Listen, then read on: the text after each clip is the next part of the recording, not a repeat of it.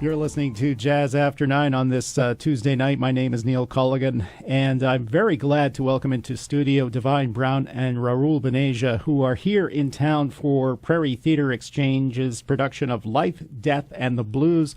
Raoul is the fellow who created this thing, and, you're a actor, writer, producer, but you're also a blues musician. And let us not forget that Divine Brown, you were a Juno Award-winning singer. So I think you guys bring a lot to this table, but we're talking about the blues here, which usually is thought of as the music of the depressed and the downtrodden. Why are we doing this? Well, ultimately the thing about the blues is it's music that came from pain and came from a very difficult period of history and its origin, and it came from people who didn't have it easy. But it's really music that ultimately makes you feel good. It's music that uplifts you and can move you really deeply and make you feel better. The reason anyone listens to blues or plays blues is not to feel worse listening to it. It's that you feel better at the end. And that's one of the great gifts of that music. And so, before we started this interview, we were talking about matters of heritage and things like that. And a lot of times when we're talking about the blues, there's always that tricky little thing that says, who owns the blues, right? Should it be originally sort of tracing its roots back to Southern America and Africa eventually and stuff like that? Or is it something that all people can participate in? Certainly, you've heard lots of different people performing the blues. For instance, one of the people you had on stage, Big Dave McLean from Winnipeg. I would definitely claim he's a blues man. Without a doubt. I mean, for me, the thing is, it's not that blues is necessarily owned by one society or another or one group, but it's really important as the people who do blues and who perform it to know where it comes from and acknowledge that it does come from a really specific experience in a specific place. We need to honor that as the people who do it and not just skip over that very important part. And for me, I only really understood that on a deep level when I went to Mississippi for the first time while I was working on this play. I really understood the blues in a different way because I could see it right from its root and source. Okay. Divine, your parents are from Jamaica. I would think there's a lot of blues in Jamaica. Absolutely. Absolutely. I actually, the thing about Jamaica, I remember talking to a few DJs out there, and their saying was that Jamaicans, when it comes to music, we run wide, not deep. So we listen to a large spectrum of styles. Blues was definitely one of those styles that I listened to growing up. So it's in terms of the historical connection between where the blues comes from and the people, like I can definitely identify with that. For sure. Yeah. But I get a sense in the play itself that there's sort of like there's supposed to be a bit of tension here. And with the way you've structured it, it's kind of like not only are we getting the sort of introduction to the blues or reacquaintance with the blues, but also the fact that as it is, that in anybody's life, there's always going to be a bit of that debate about who kind of gets to, participate or own it or perform it and all those things like that. You get to represent the part that says, this comes from a place originally, and therefore it has to have a bit of ownership that way. Mm-hmm. But yet in your background as a blues musician who comes from originally born in the United Kingdom, that there's something in your heritage too that says I get a piece of this as well.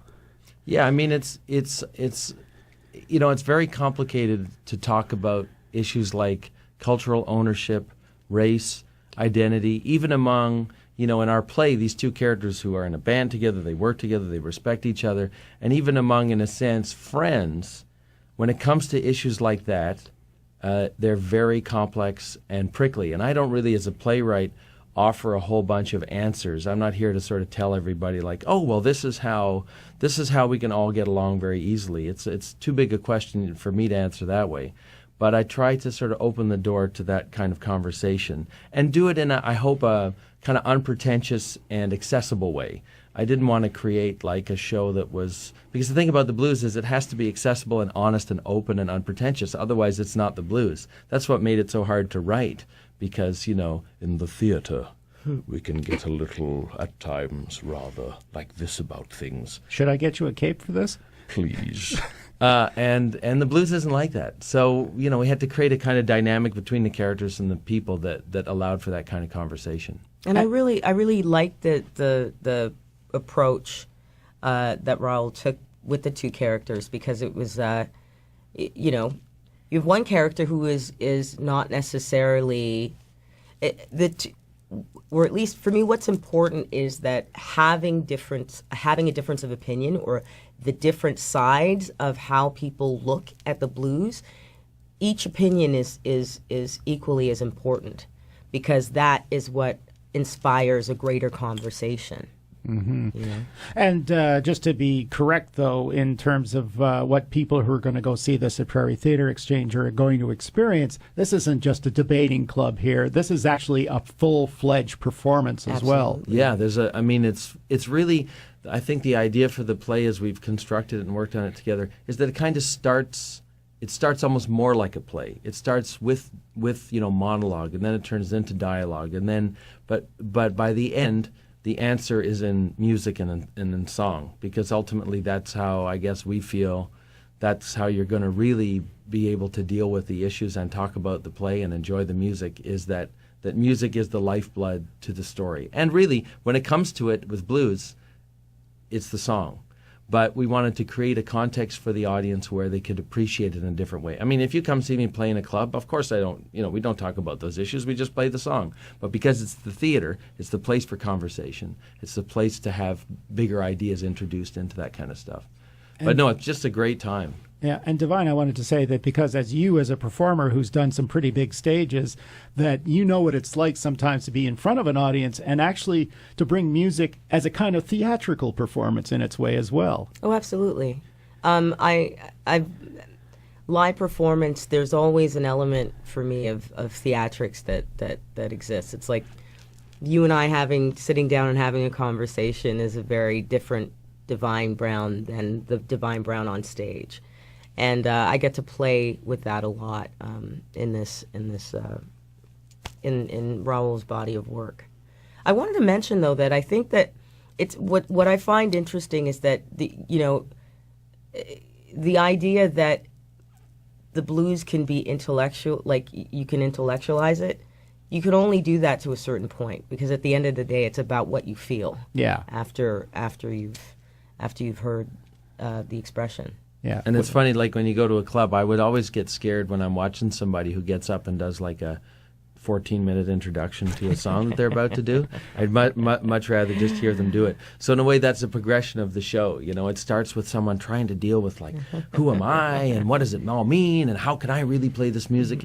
And by the end, we have a local guest come right out of the audience, a great blues legend like Big Dave or many other great performers from town come up and pretty much spontaneously end the show with us doing a jam, which is the ultimate sign of, in blues, that's the beautiful thing about it, is you can basically play with almost a complete stranger with very little discussion before and make that music for the first time right in front of the audience. So it has everything from kind of the very, written and beautifully designed and, sculptured theater stuff right down to that rawness of just the blues experience, like you were in a club. Yeah, and this is not to forget that other aspect of the blues, which is it is good time music. Absolutely. Yeah. And we've really been getting that response here. I mean, I've performed in Winnipeg before. It's been a long time since I've been back, but audiences here are really great and really game, and people go out and participate.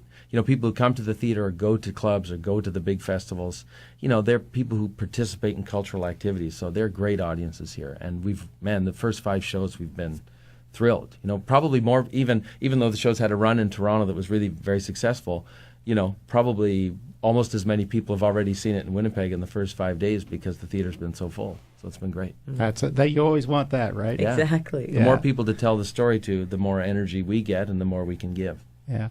Well, I'm hoping that before the play wraps up on February 8th, that you're going to experience a lot more of that, especially because Winnipeg is a very strong theatrical community as well as a very strong music community as well. So I wish you all the best. As they say, break both your legs, since there's two of you. One each. One each. You could choose. But we're going to go out tonight on one of Raoul's numbers. This is with his band, The Big Time, and it's from a new album of yours called Hollywood Boulevard, which I understand that you recorded down in Hollywood. Yeah, I recorded in Los Angeles and in Toronto. Yeah. Okay. And just tell me a bit about the number that we're going to hear, Hollywood Boulevard, which you wrote. This is an instrumental I wrote. Part of the concept for the album was I do on occasion have the chance to work in Los Angeles with incredible line of musicians as well as my great band in Toronto. And so this was an instrumental I wrote and created with this great lineup of Junior Watson, Fred Kaplan, Richard Innes, and the legendary Larry Taylor from Canned Heat. So I was with like the granddaddies of California blues making this one. And it's got kind of a California groove to it is the best way I can describe it. But I think for, a jazz show, it's instrumental, it's kind of swinging. I hope you like it. Well, we certainly like to swing here, that's for sure. I'd like to thank you both for being my guests tonight. We wish you all the luck. This is Raoul and the Big Time, Hollywood Boulevard on Jazz After 9.